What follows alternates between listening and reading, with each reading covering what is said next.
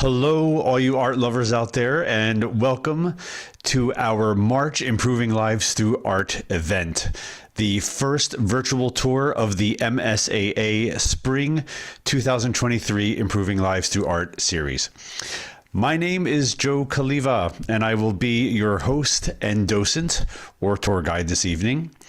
And tonight is a very special tour, because March is not only MS Awareness Month, it's also Women's History Month. And last Wednesday was International Women's Day. So in celebration of International Women's Day and Women's History Month, tonight we are going to explore the lives of three incredible historic women artists, Mary Cassatt, Augusta Savage, and Georgia O'Keeffe. All three have inspiring stories of overcoming some remarkable challenges to improve their lives and create their art. And I'll be taking all of you to my hometown of Philadelphia, where we'll head up the Ben Franklin Parkway and virtually run up those famous steps to visit the magnificent Philadelphia Museum of Art, to view several of the featured pieces tonight. So thank you for joining me for this very special virtual tour. And I'd like to invite all of you joining live tonight on Zoom to stick around after the presentation, because I would love to once again give all of you a chance to unmute your microphones and cameras and join in a roundtable type of discussion. And I will once again be hosting a little game of trivia for some fun and to see how well you were all paying attention. And of course, there will be a prize for our trivia winner once again. So be sure to jot down some notes while you're watching tonight. But before we begin, as always, I'd like to introduce the president and CEO of MSAA, Ms. Gina Murdoch, for a few special words to help us get the night started. Gina? Thank you for joining us, and welcome to the first of our Improving Lives Through Art Spring series. We are so thrilled to have you with us tonight and know you will enjoy learning about the works and lives of these incredible artists. My thanks to Joe Caliva, our docent and art enthusiast, for creating tonight's tour. My thanks to all of you as well for supporting MSAA through the Improving Lives Through Art series. Without your continued and incredible support, MSAA could not continue to innovate and create critical programs for the MS community. So truly, thank you. I would also like to recognize and thank our diamond sponsor, Publicis, and our gold sponsors, Sandoz and Pharma, for their support. So I am excited and ready to learn and listen along with all of you. Take it away, Joe. Thank you so much, Gina. And before we get started, I want to remind all of you about the upcoming Improving Lives Through Art events that you surely do not want to miss. First, get your paintbrushes ready and come on out to our second paint along of the season.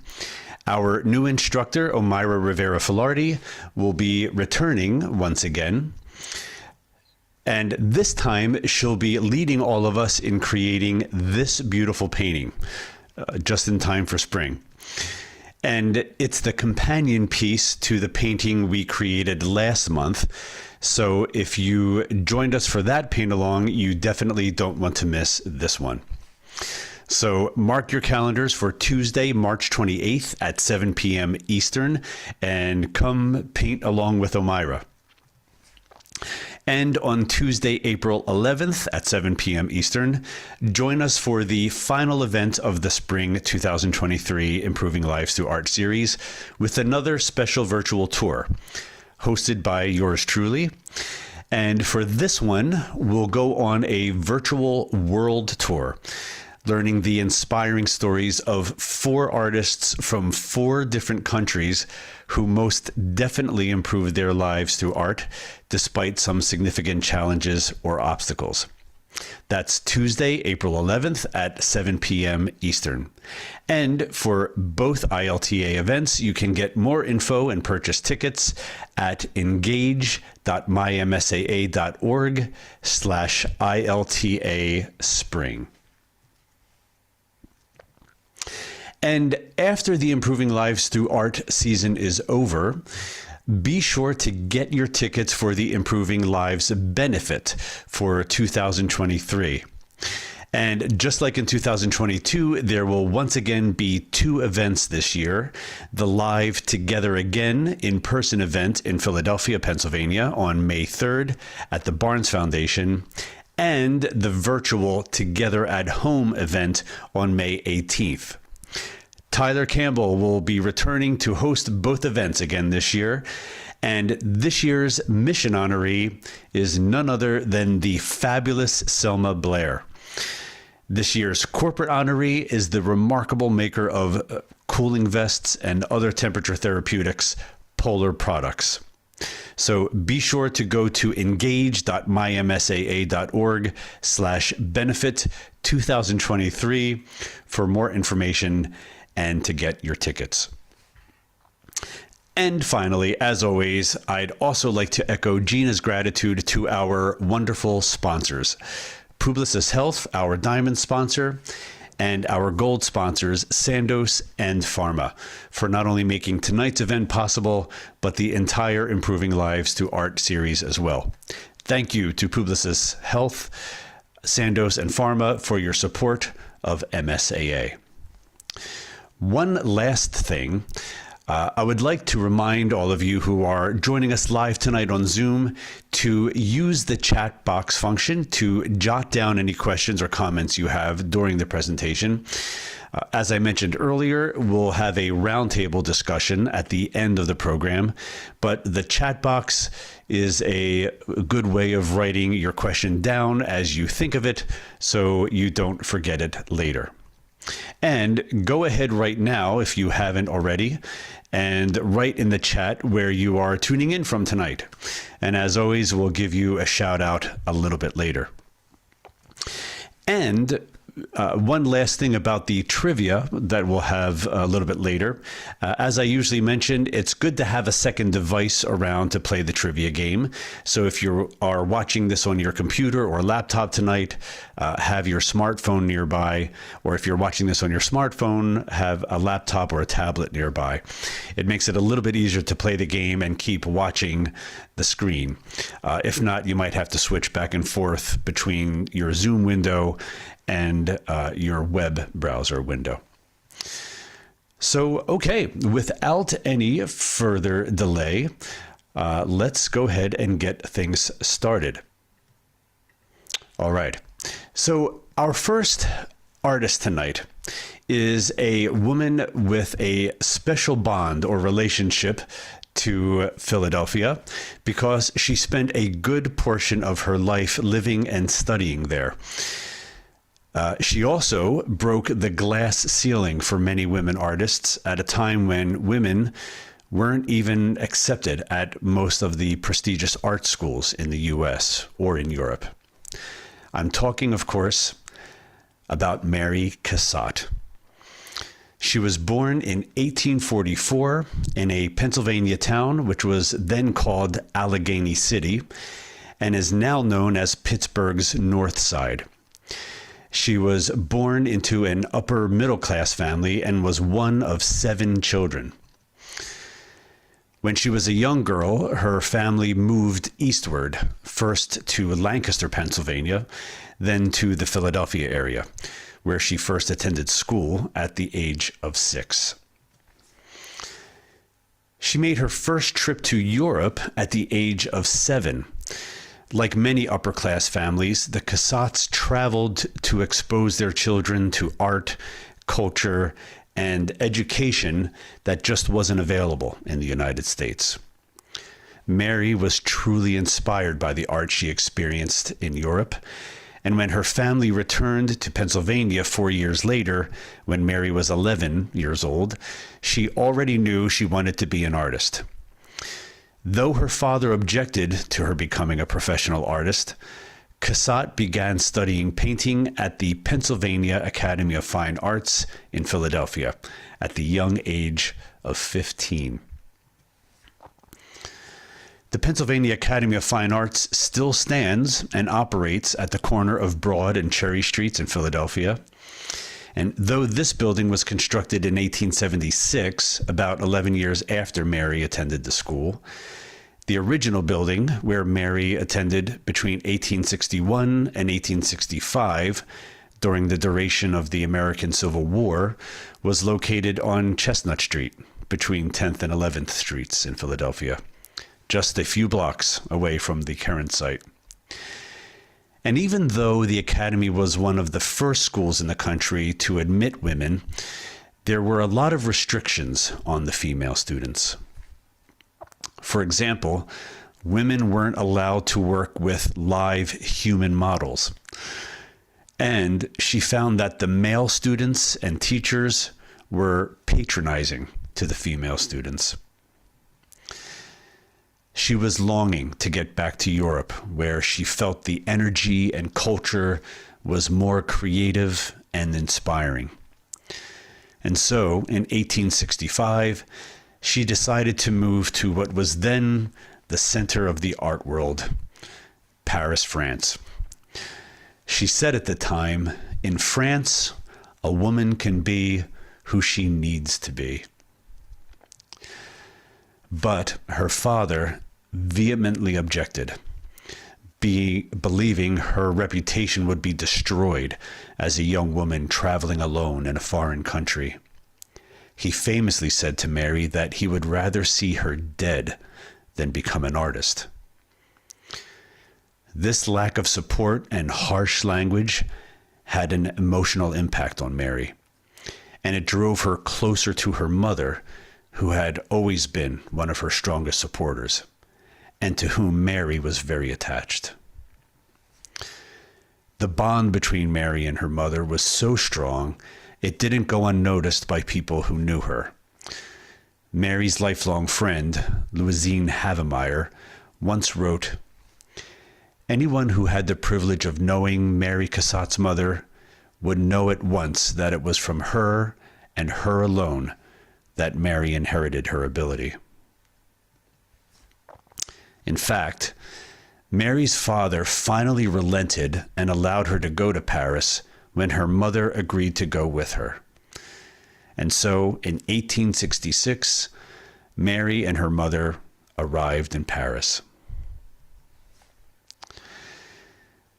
While French culture and society was a more open environment for professional women than in American culture, Mary still encountered quite a bit of sexism there as well.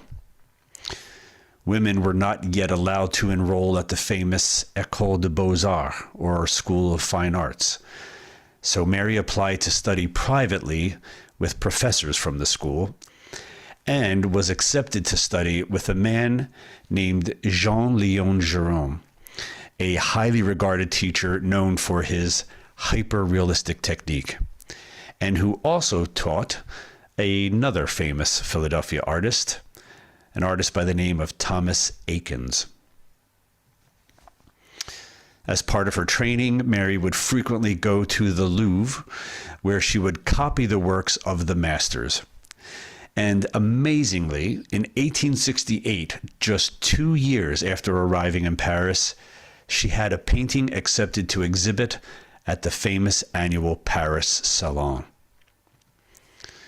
This piece, titled "The Mandolin Player," a stunning example of Mary's talent and her more traditional classical style in which she painted early in her career. Very few women were accepted into the salon, not to mention American women, and she accomplished this before any of her American male student contemporaries. After a brief return to the United States in 1870, Mary continued to work in this traditional, more academic style, and she continued to submit works to the Paris Salon over the next several years. In the Salon of 1872, This painting, titled Two Women Throwing Flowers During Carnival, was received very well and became her first work to be purchased. Also during this period, Mary traveled to Spain, where she studied in Madrid and Seville. The art she saw there had a huge impact on her, and she painted a group of portraits of Spanish subjects, including this beautiful piece, titled Spanish Dancer Wearing a Lace Mantilla, and this one, titled On the Balcony, both painted in 1873. On the Balcony can be found at the Philadelphia Museum of Art, but it wasn't on view, sadly, the day I went to shoot the video for this presentation.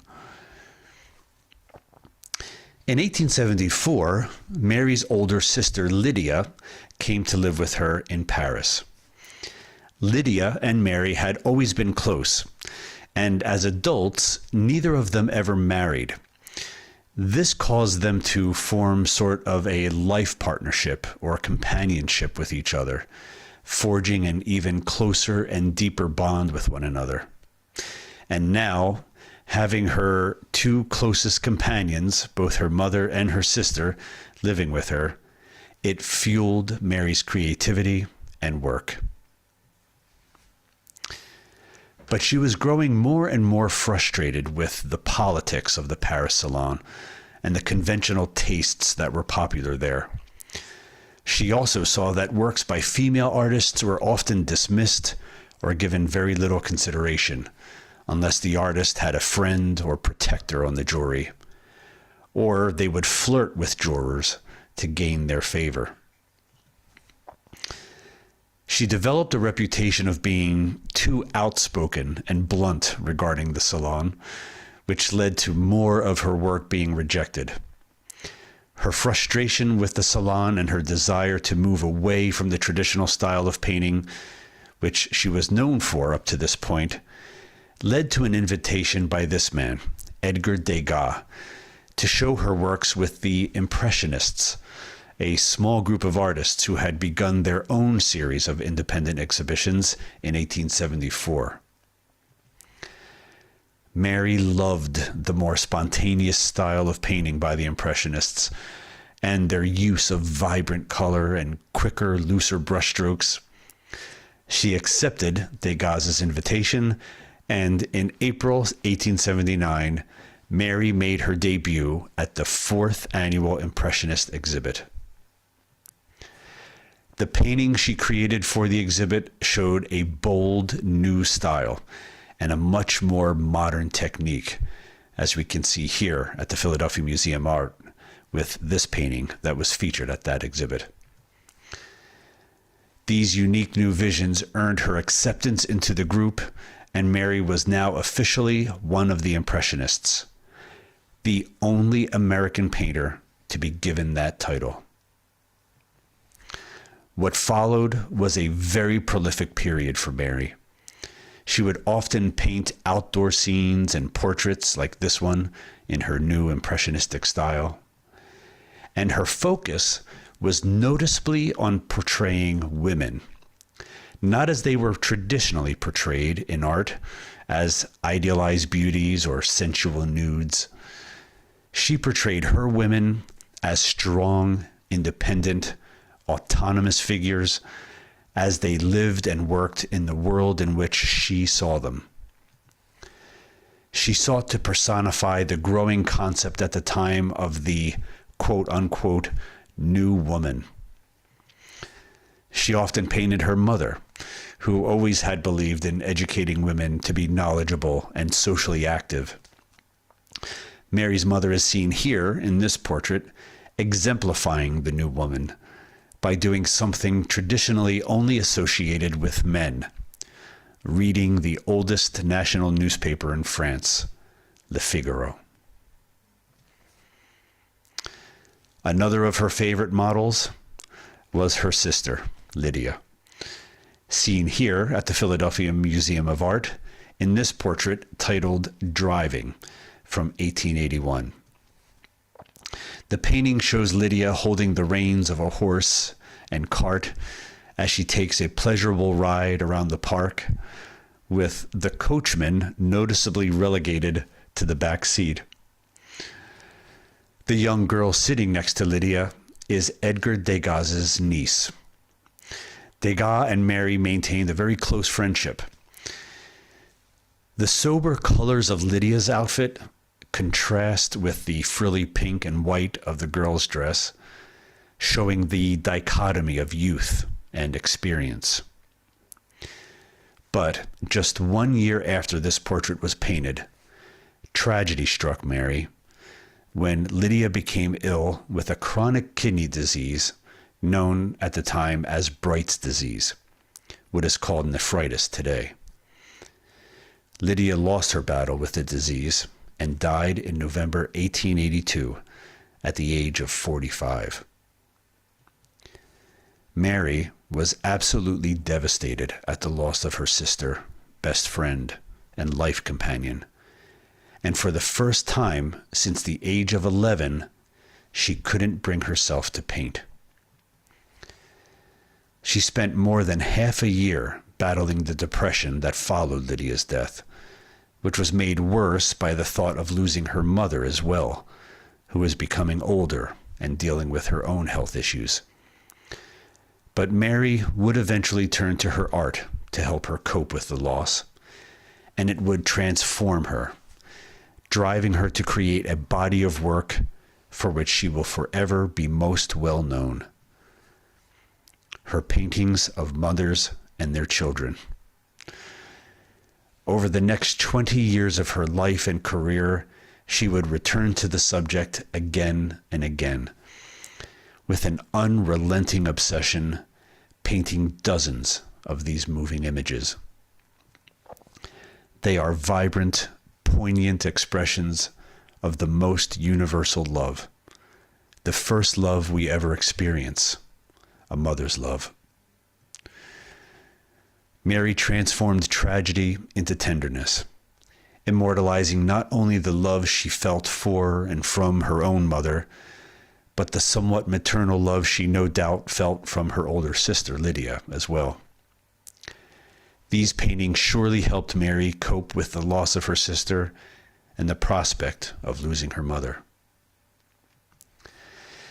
In 1987, a psychiatrist named Catherine Zerbe attempted to do a psychological evaluation of Mary Cassatt and published her findings in the Psychoanalytic Review in the spring of that year.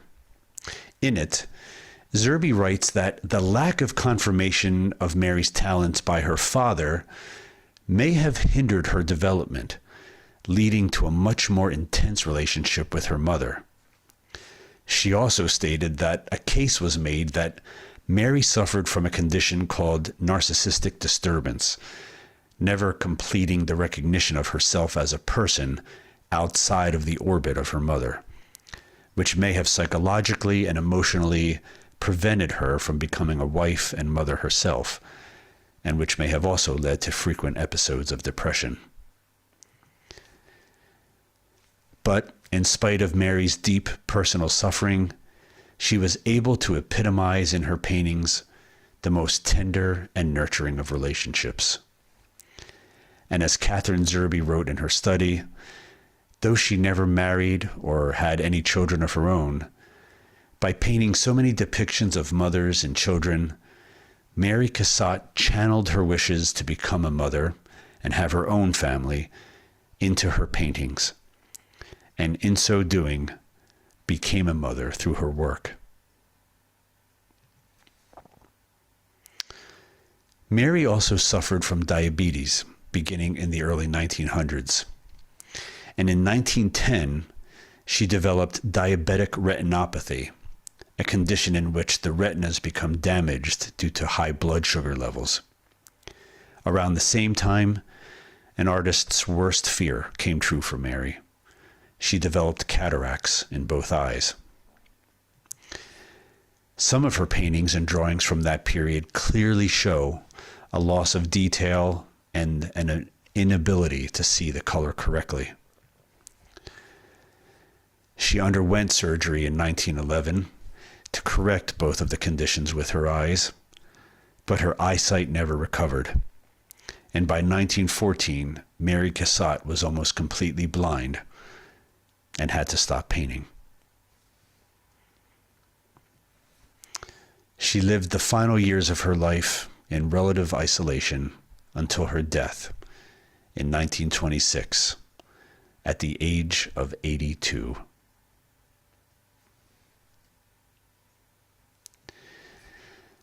Mary Cassatt is one of the most celebrated and recognizable artists in history.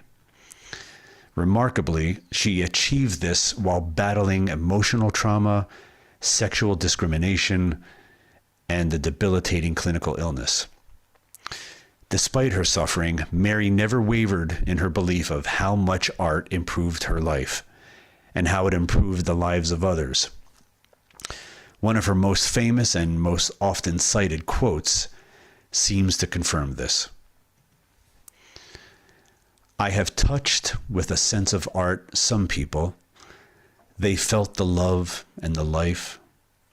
Can you offer me anything to compare to that joy for an artist?"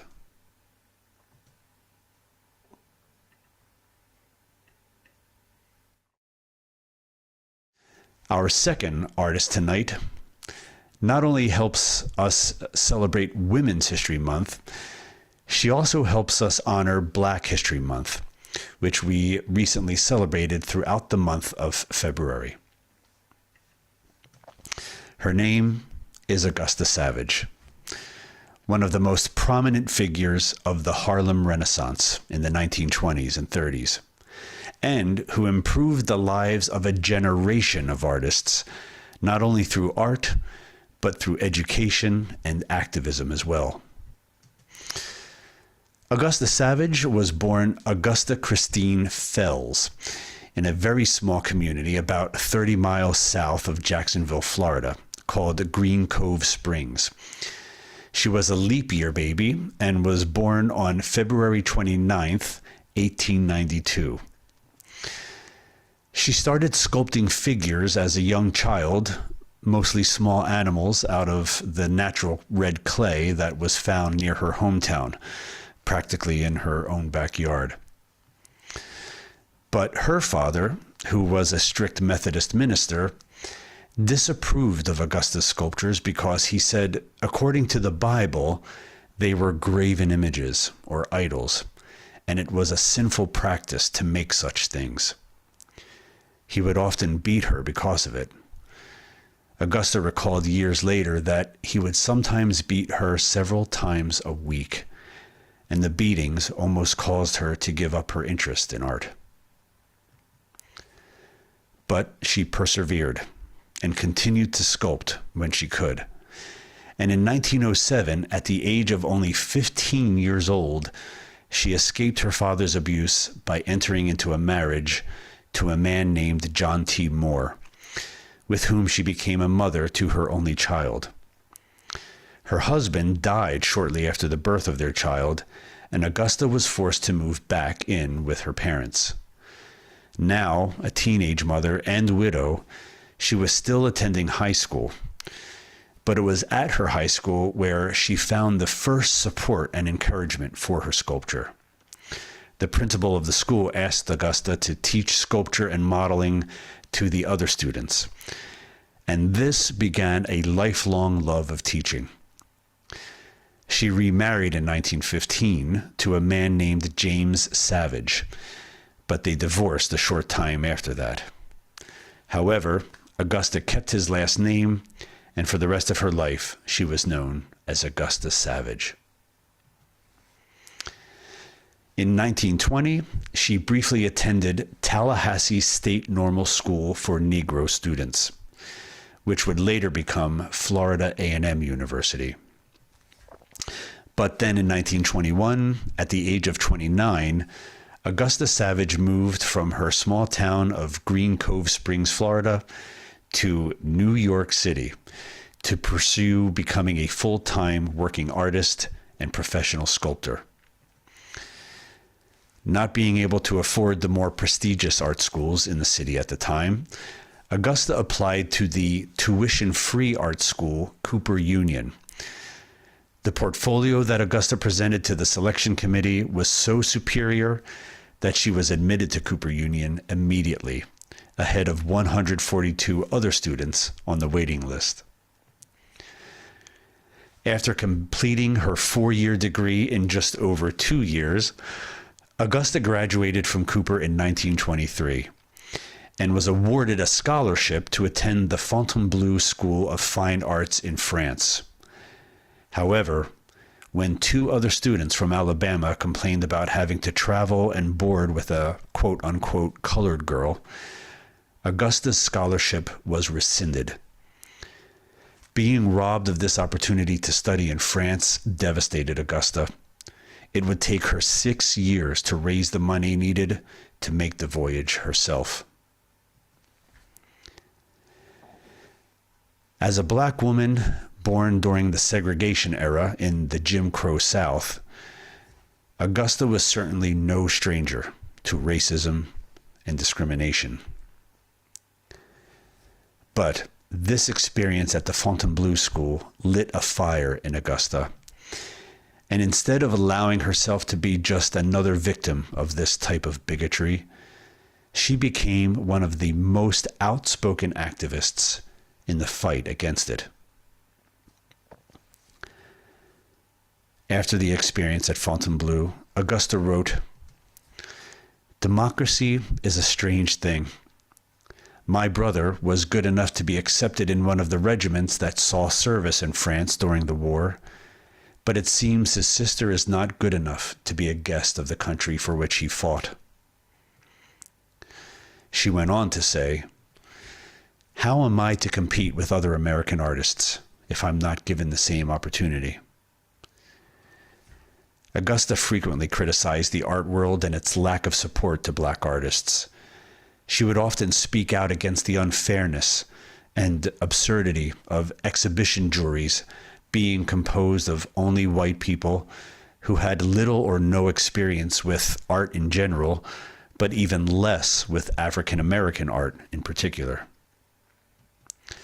But despite her financial burdens and the ongoing struggle against racial prejudice and sexism, Augusta still managed to gain a lot of public attention in the United States, becoming one of the most prominent members of what is now known as the Harlem Renaissance. Harlem is a neighborhood in the Upper Manhattan area of New York City, about 20 blocks north of Central Park and about 11 blocks east of Columbia University. The Harlem Renaissance was a period between the 1910s and 1930s when the neighborhood became a black cultural mecca, with an explosion in African American music, literature, and art. But it was during this period in 1929 when Augusta sculpted what is now one of her most famous pieces, titled Gammon. Augusta's young nephew, Ellis Ford, modeled for this sculpture while he and his family were living with her in Harlem, taking refuge there after losing their home in Florida due to a hurricane.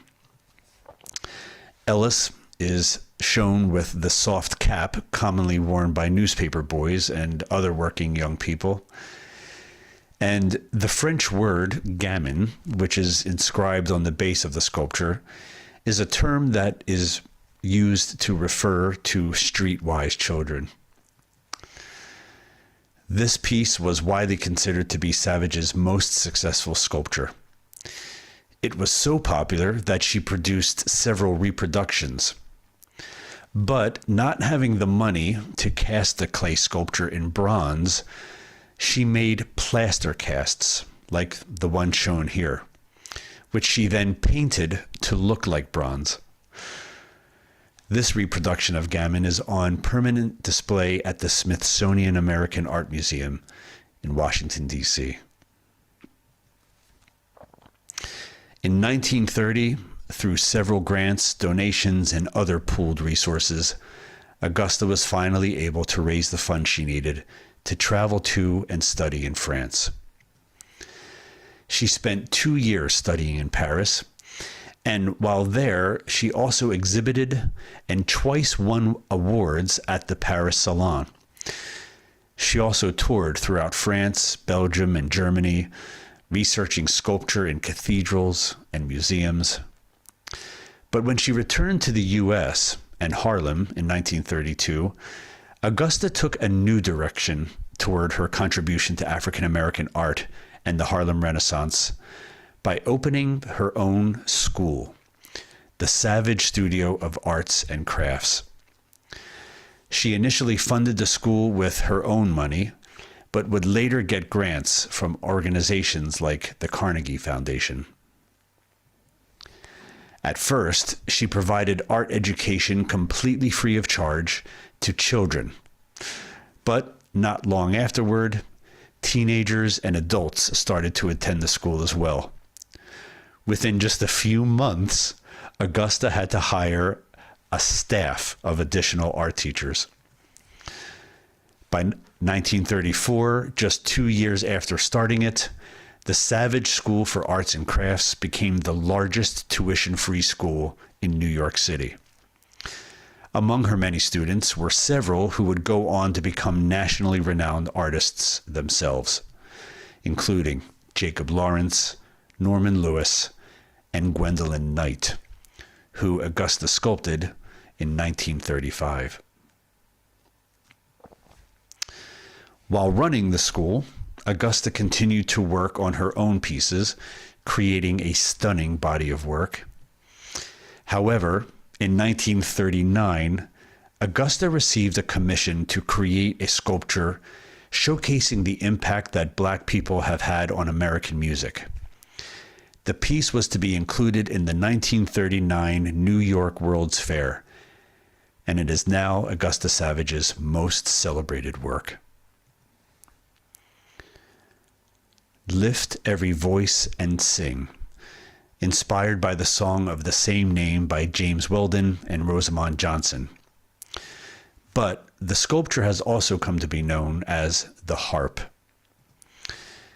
The work reimagined the musical instrument by featuring 12 singing African American youth in graduated heights as the harp's strings, with its sounding board transformed into an arm and a hand.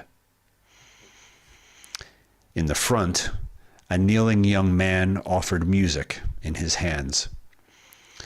The 16-foot tall plaster sculpture stood in front of the Contemporary Arts Building and was one of the most popular and most photographed works at the fair. Small metal reproductions and postcards featuring the piece were sold at the fair and were among the most popular souvenirs purchased during the event. When the fair was over, Augusta didn't have the money to have the piece cast in bronze or to have it moved and stored somewhere else. And so, tragically, the sculpture was destroyed along with the other temporary exhibits. During the next 22 years, between 1940 and 1962, Augusta continued to run Savage Studio of Arts and Crafts. She also founded the Harlem Artists Guild, served as the director of the Harlem Community Arts Center, and opened 2 art galleries. But her determination to provide art education to underserved communities free of charge took a toll on Augusta's own personal finances. And in 1945, due to her ongoing financial troubles, Augusta was forced to move from New York City to the rural area of Saugerties, New York, about 100 miles north of her beloved Harlem. But undeterred from her mission, while in Saugerties, she continued to teach art to children, often to the detriment of her own artistic output. Augusta Savage died in relative obscurity from cancer in 1962 at the age of 70. It's saddening to think about how many great African American artists had their creative voices silenced due to racism, discrimination, and bigotry, in particular African American women artists? Or how many young artists had to abandon their creative goals due to the objections of their parents or because of not having access to resources? But Augusta Savage is an inspiring example of transforming obstacles and challenges into motivation and inspiration, and improving lives through art. She was committed to providing a place for African American artists to receive an art education despite their financial hardships. Sadly, she is still largely forgotten and unknown among modern art lovers and institutions. Her legacy lives on mostly through her contributions to the Harlem Renaissance and through her students, which is what she would have preferred. Augusta once wrote about her legacy and how she wished to be remembered by saying, "I've created nothing really beautiful, really lasting. But if I can inspire one of these youngsters to develop the talent I know they possess, then my monument will be in their work."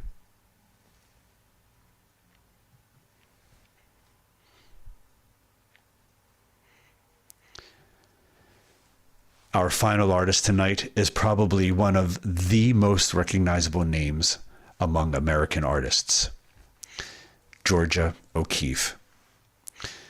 Her paintings are also some of the most misinterpreted work in art history, and her personal struggles with anxiety and depression make her artistic achievements even more impressive.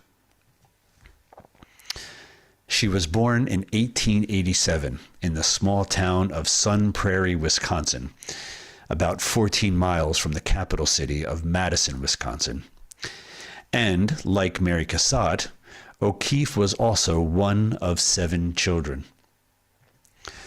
She had decided to become an artist by the time she was 10 years old, similar to Mary Cassatt, and started formal training in drawing and watercolors while still living in Wisconsin. But in late 1902, the O'Keeffe family moved from Wisconsin to Williamsburg, Virginia, where O'Keeffe's father started a business making concrete blocks. Georgia finished her high school education in Virginia and graduated in 1905. And after high school, between 1905 and 1910, O'Keeffe continued her formal art studies at various schools, such as the Art Institute of Chicago and the Art Students League in New York City. It was during her time at the Art Students League where she won her first award in 1908 for this painting on the right, titled "Dead Rabbit with Copper Pot." Also, while in New York City, O'Keeffe frequently visited galleries such as the popular 291 Gallery, located in this building at 291 Fifth Avenue in New York City, on the top floor. It was co-owned by a famous photographer at the time, a man named Alfred Stieglitz, who O'Keeffe would marry about 16 years later in 1924. In 1912, O'Keeffe took a summer art class at the University of Virginia, where she was first exposed to the teaching of an American artist and art educator named Arthur Wesley Dow, who taught art making based on the principles of design and composition in Japanese art. This led O'Keeffe to begin experimenting with abstract compositions and to develop a style that moved away from realism. Over the next several years, she would experiment with these Japanese art principles and firmly establish herself as one of the pioneers of American modern art. And in 1915, O'Keeffe began teaching with a position at Columbia College in Columbia, South Carolina. While there, She completed a series of highly innovative abstract charcoal drawings based on feelings or sensations she would experience during long walks. She mailed these charcoal drawings to a friend of hers and former classmate, Anita Pulitzer, who showed them to Alfred Stieglitz at his 291 gallery. Stieglitz said that he found them to be the purest, finest, sincerest things that had entered 291 in a long while. In April 1916, Stieglitz exhibited 10 of her drawings at Gallery 291. And around this same time, O'Keeffe and Stieglitz became lovers and would eventually marry 8 years later. In the fall of 1916, O'Keeffe became the chair of the art department at West Texas State Normal College, now West Texas A&M in Canyon, Texas. While there, she continued to explore this technique of painting or drawing based on personal feelings or sensations, and began a series of watercolor paintings inspired by the scenery and expansive views during her walks, including vibrant paintings of Palo Duro Canyon, located only about 15 miles from the university. This combination of O'Keeffe's love of nature, the principles of Japanese art, and the technique of expressive painting and drawing that she now mastered would lead her to develop one of the most unique and recognizable creative voices in art history. But in 1917, O'Keeffe visited her brother, Alexis, at a military camp in Texas before he was shipped out to Europe during World War I. It was during this time that O'Keeffe first experienced an episode of severe depression and anxiety. She was terrified of all she had been hearing about the new chemical and technologically advanced weapons used in this first war of its kind, and she didn't believe her brother would return alive. She was so gripped and paralyzed by fear and anxiety that she wasn't able to work or paint for months. Later, her art would pull her out of this downward spiral, and for the first time, she would find healing in her painting. In 1918, she painted this work, titled The Flag, as both an anti-war statement and a reflection of her fears. In December 1917, O'Keeffe wrote that she felt compelled for the first time ever to paint from a sense of necessity.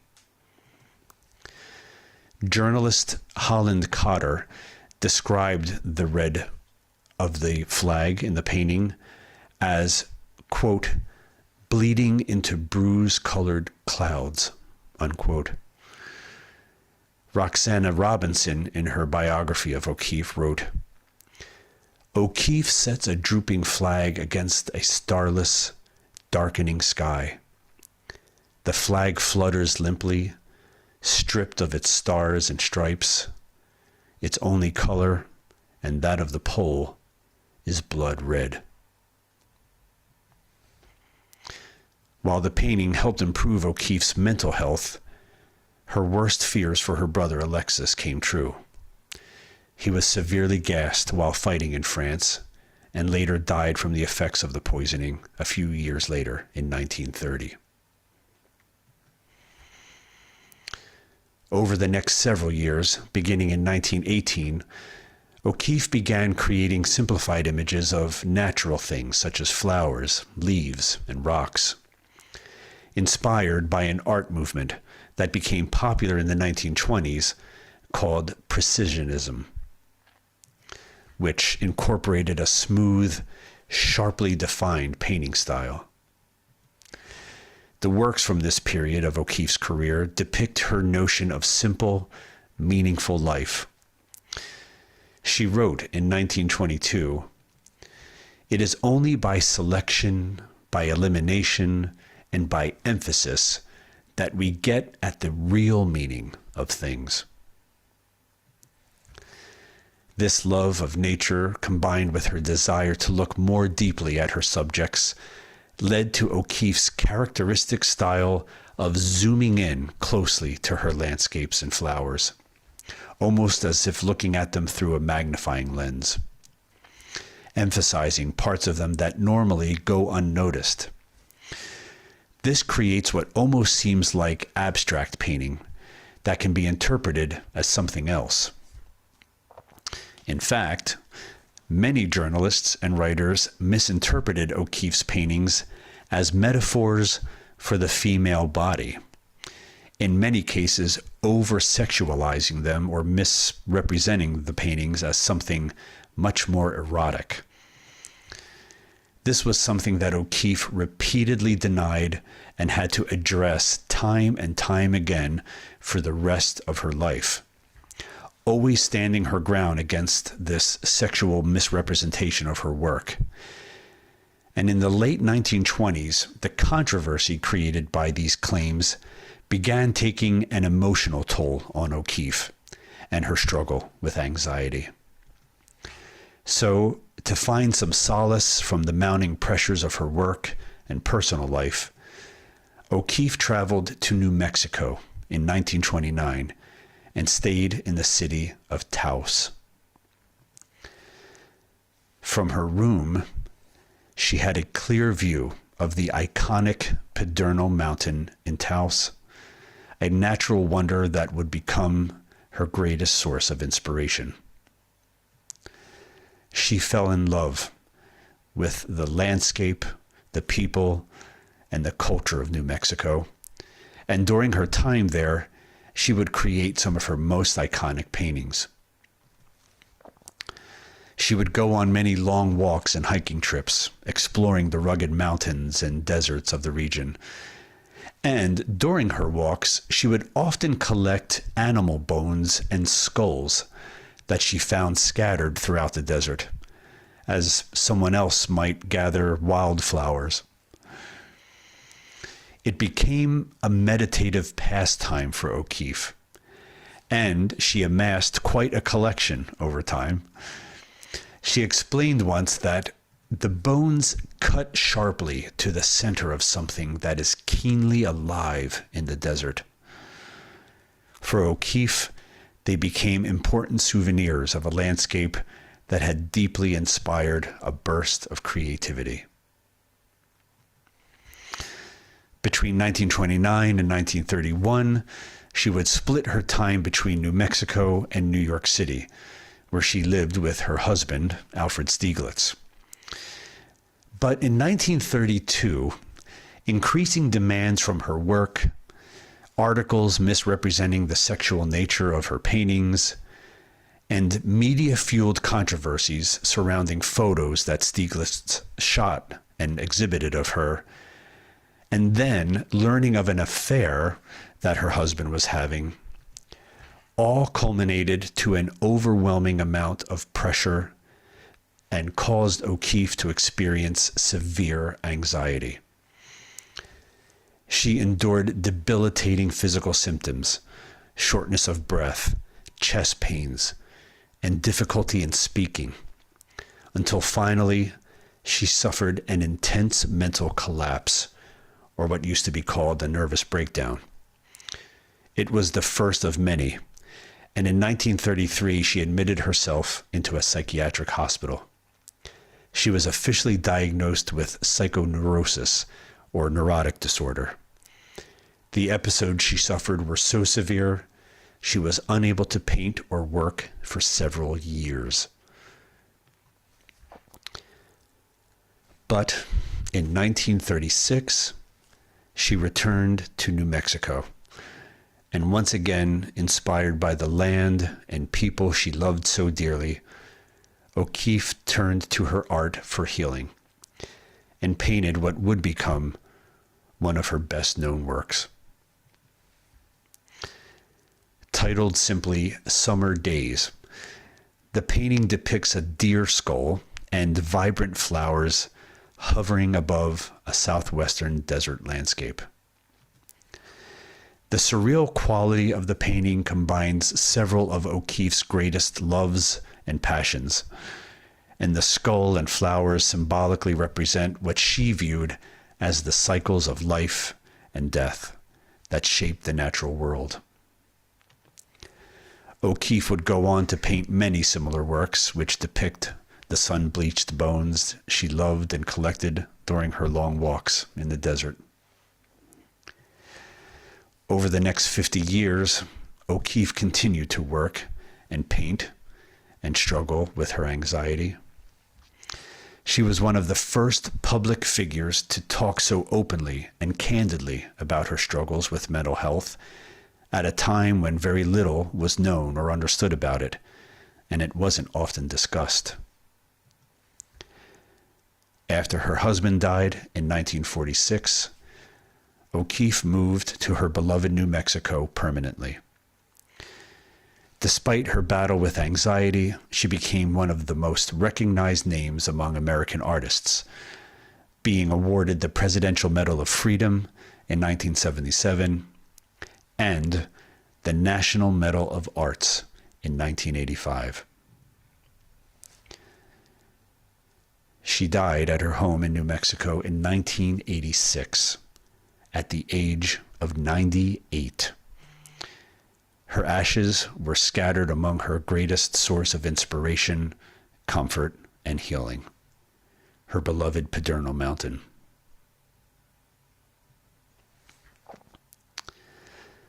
Georgia O'Keeffe is one of the most poignant examples of a life improved through art. She never considered herself an advocate for art as therapy or a coping mechanism, because in her lifetime it wasn't something that was even considered. But O'Keeffe did know that art had a profound effect on her health and that it had the potential to do the same for others. When she was hospitalized in the 1930s due to her anxiety, she wrote to her friend Blanche Matthias, who was also sick at the time. And in the letter, O'Keeffe said, "Something in you must quiet down so that you can get well. I wish I could help you. I am learning something myself. I don't know exactly what it is, but if I did, if I could put it clearly into form, it would cure you. That is worthy of a laugh, but I am sure it is true." That quote unquote something that O'Keeffe was learning was the healing power of art. And now, decades later, and after countless testimonies by other people who have been affected by art in a similar way, we know for certain that the cure O'Keeffe mentioned to her friend is most definitely true.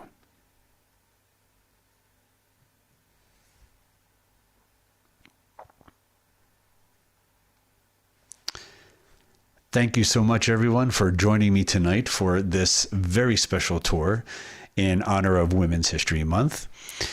I hope you enjoyed it, and I hope many of you stuck around to join in a little roundtable discussion, ask some questions live, or I can look through the chat and answer some of your questions as well.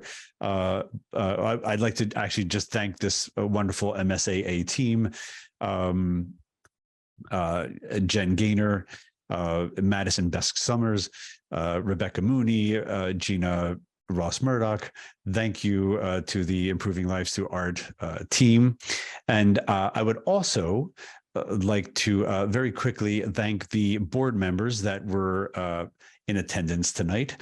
I'm not sure if they are all still here, but Ann Bishop, Martha Centuria, and Meryl Ravitz for joining us. And of course, Tori, if she's still on, who I think is an honorary board member at this point.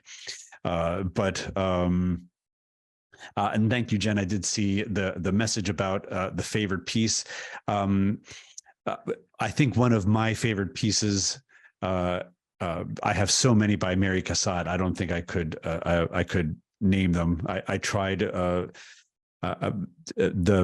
images of the mothers and children are so moving to me, but I think one of the most remarkable pieces to me that I've learned about in preparing this presentation was the harp by Augusta Savage. It is such a beautiful, moving sculpture, and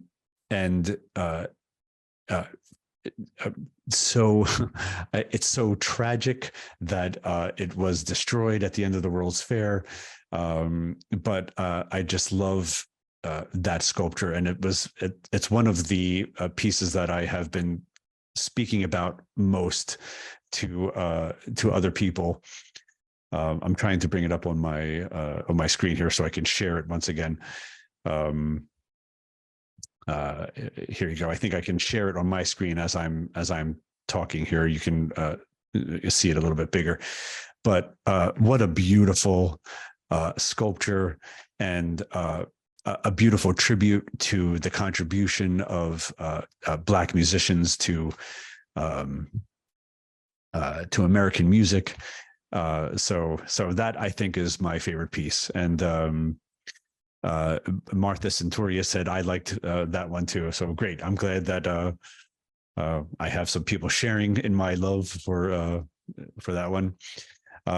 April, gosh, who is my all-time favorite artist? Oh my goodness. I think one of the artists that I'm sort of most well known for talking about is Amedeo Modigliani. But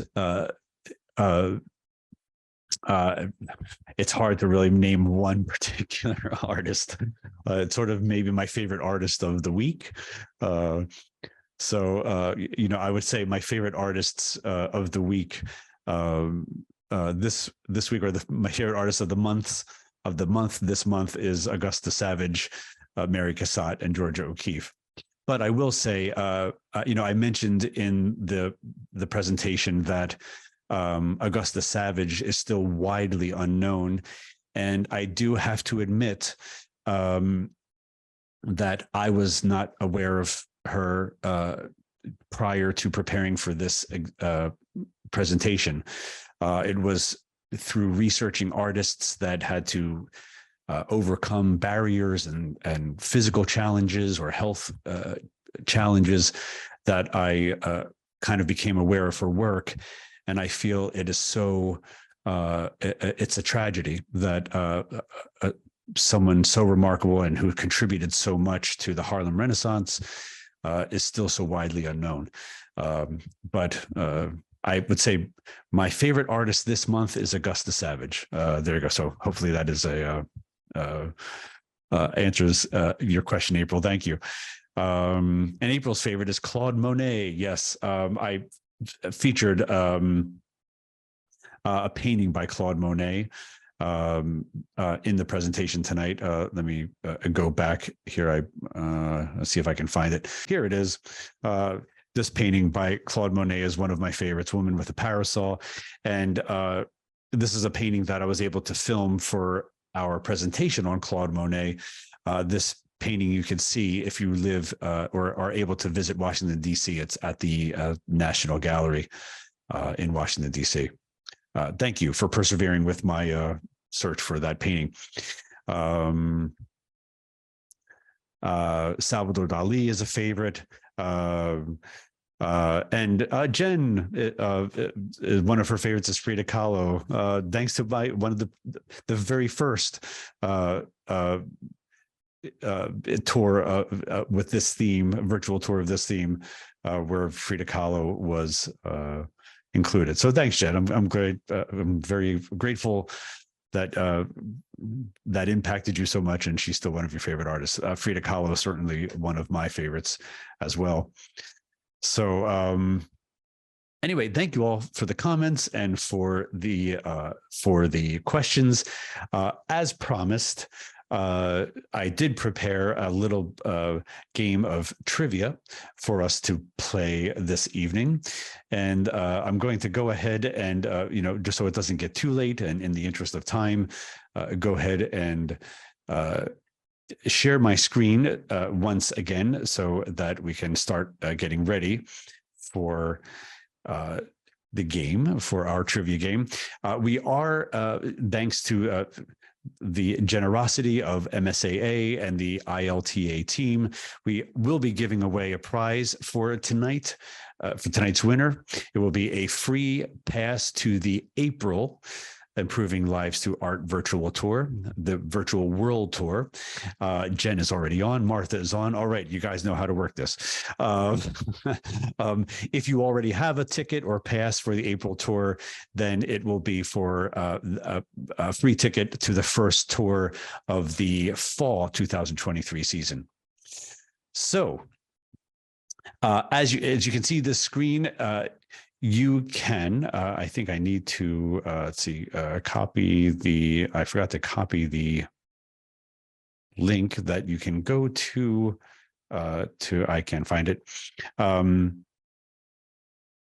Where's the link that you can join this so I can post it in the chat? Oh, I think, wait, I copied the link to share. That's right. Okay. I'm going to post it in the chat. This is my, as you can tell, unscripted portion of the evening. If you have a second device and you know how to work QR codes using the camera of your smartphone or device, you can simply scan the QR code that you see on the screen right now. I'll go ahead and make it a little bit bigger in case your phone is having trouble scanning it. Or you can click on the link that I just posted in the chat and play the game on the device that you're watching the presentation from tonight. So it looks like we are getting a lot of players in here. I'll go ahead and close the QR code. All right, we have 5, 6, 7 people ready to play, or 6 people ready to play. We just lost one. I'm not sure what happened. Come back. Okay, they're back. All right, folks. So the way this works, if you are using a handheld device or another device, once I click start, you'll be able to read the questions on the shared screen that you're watching right now, but you will have to answer on the device that you logged in on. So if everybody is ready, we have 6 players ready to go. By the way, I will also mention that if every single person playing answers all of the questions correctly, Kahoot does a timing feature as well. So the person who answers correctly the quickest will get the highest number of points. So it's also a race against the clock as well. So if everybody is ready, let's go ahead and start our live trivia for the evening. People are still signing in, it looks like. We're up to 8. Okay, so I'm going to go ahead. People can still join in by clicking the link in the chat if you haven't already. So here we go. I'm going to click start, watch the screens, and I will read the questions to you, but make sure that you answer on your device. Here we go. First question in 3, 2, 1. Quiz. Mary Cassatt was born in what Pennsylvania city? Or I should say near what Pennsylvania city? Philadelphia, Lancaster, Pittsburgh, or Punxsutawney? Wow. Oh, boy, we all answered that one quickly. Oh, wow. 2 people said Philadelphia. It was Pittsburgh. It was a part of Pittsburgh called Allegheny City, now just called Pittsburgh's North Side. So congrats to those who answered correctly. Let's see who answered the quickest. Madison. All right. Madison told us in the pre-show warm-up that it was her goal tonight to ace this game. So Madison's on her way. All right. Second question. True or false? All 3 artists from tonight's tour spent time studying in France. True or false? All 3 artists spent time studying in France. This one wasn't so quick. People are still thinking about this one. 4 seconds left. 2, 1. Time is up, folks. It's false. Mary Cassatt and Augusta Savage both studied in France. Georgia O'Keeffe never left the U.S., spending all her time jet setting all around the U.S., but never leaving it. Let's see. Did Madison retain the lead? Oh, no. She dropped to number 2. Sorry, Madison. April jumped up to number 1. All right. I can feel the tension building already. Here's number 3. Mary Cassatt and Georgia O'Keeffe both had how many siblings? Mary Cassatt and Georgia O'Keeffe both had how many siblings? During each of their portions or segments, I mentioned that they were one of a number of other children. Okay, we're all done. Oh, good. Most of you got it. Yes, they had 6 siblings. They were both one of 7 children. Large families. And God bless their parents. All right, let's see the current standings. Martha, wow, my gosh, we've had a different person in the lead after every question here. Martha jumped way up to the lead. Congrats, Martha. And let's move on to number 4. The Harlem Renaissance was a period of cultural explosion in the 1960s. True or false? The Harlem Renaissance was a period of a cultural explosion in the 1960s. True or false? I had to really be paying attention to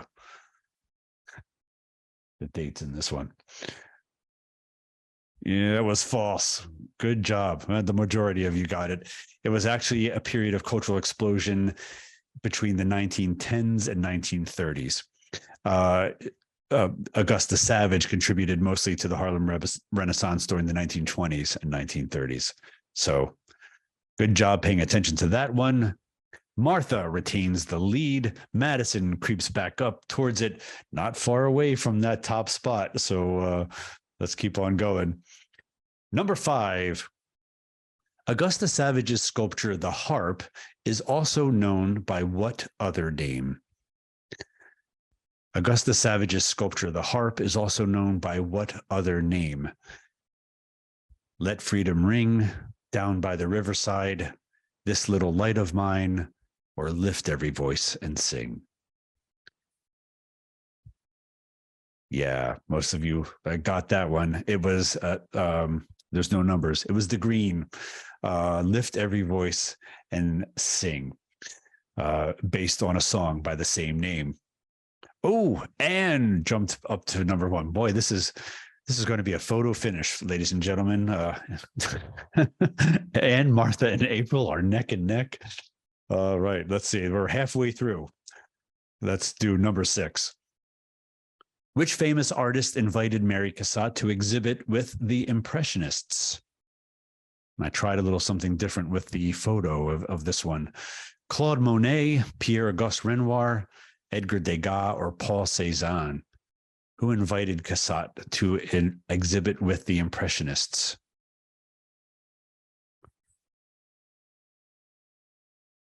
Time is up. It was Edgar Degas. Yes, Edgar Degas, who he and Mary maintained a pretty close friendship. There were rumors that they had a romantic relationship, but Edgar Degas was known to be a very sort of religious, celibate person, and there was nothing to support those claims of a romantic relationship. So let's check out. Oh, Anne got a little flame next to her name. Anne, you are on fire. Congratulations. Martha, Madison, still neck and neck. Game's not over, folks. It can still go any way. Number 7, Georgia O'Keeffe created several paintings of Palo Duro Canyon near what U.S. city? She created several paintings, including the one I showed tonight, of Palo Duro Canyon, and it's near what U.S. city? Canyon, Texas, Taos, New Mexico, Williamsburg, Virginia, or Madison, Wisconsin? Oh boy, that was a tough one. It was Canyon, Texas. The Pedernal Mountain was the mountain that she painted in Taos, New Mexico. Palo Duro Canyon was close to Canyon, Texas, where O'Keeffe was a teacher at West Texas A&M. What is now West Texas A&M. So, boy, no one got that one right. But let's see, did it affect the standings? No. Okay, Anne, you lost your flame. Sorry about that. All right. Yeah. Jen said, I'm getting you with the trick questions. I know that one might have been a little too tricky. All right, let's try to redeem myself. Number 8. Which artist lived the longest or was the oldest at the time of her death? Was it Mary Cassatt, Augusta Savage, Georgia O'Keeffe, or did they all die at the same age? Who was the oldest at the time of her death? It was Mary Cassatt. Yes. Oh, I'm sorry. It was Georgia O'Keeffe. I'm looking at Mary Cassatt. It was Georgia O'Keeffe. She was 98 when she died. Mary Cassatt was 82 and Augusta Savage was 70. So yes, remarkably long life led by Georgia O'Keeffe. And the current standings. All right. Anne retains the lead. All right, we have 2 questions left. I don't know, that lead is the gap is getting further and further apart. Let's see if we can get some people to catch up here. What is the name of the famous art school where Mary Cassatt studied in Philadelphia? This should be an easy one. What is the name of the famous art school where Mary Cassatt studied in Philadelphia? 7 seconds left. I'm not going to read them off because they're a little too similar. No, it was not the Philadelphia Academy of Art. It was the Pennsylvania Academy of Fine Arts. Yeah, I'm sorry, everybody. I made that one a little too similar. It was the Pennsylvania Academy of Fine Arts, or what is known as PAFA, to us Philadelphia folk. Let's see what happened. Anne retained the lead. Martha crept a little closer, though. It can go any way in this last question. Madison, I'm sorry. I don't know. I think we'll have to keep your goal for the April tour. Last question, everybody. True or false? Simple one. Mary Cassatt collected skulls and animal bones during long walks in the desert. True or false? Mary Cassatt collected skulls and animal bones during long walks in the desert. It was false. It was Georgia O'Keeffe who collected skulls and animal bones during long walks in the desert, not Mary Cassatt. I don't even think Mary Cassatt knew what a desert was. Let's find out the final standings. Here we go. In 3rd place, it was April. Congratulations, April. Got 6 out of 10 correct. Martha also with 6 out of 10. And the winner, 1st place, goes to Anne Bishop. 6 out of 10 correct, but had the quickest, I guess, thumbs or fingers of the group tonight. Thank you all for playing, and congratulations, Anne, Martha, and April. And thank you all once again for attending this evening and dealing with some of the technical issues that we had. But once again, thank you. Thank yous all around to all of you for attending tonight, to the ILTA team, Gina, Rebecca, Jen, Madison, to our wonderful sponsors, Publicis Health, Sandoz, and Pharma. And don't forget, later this month, is our next paint along. I hope to see you all out here for that on March 28th and April 11th, the final virtual tour and final event of the spring season. So have a great evening, everybody, and see you in a couple weeks.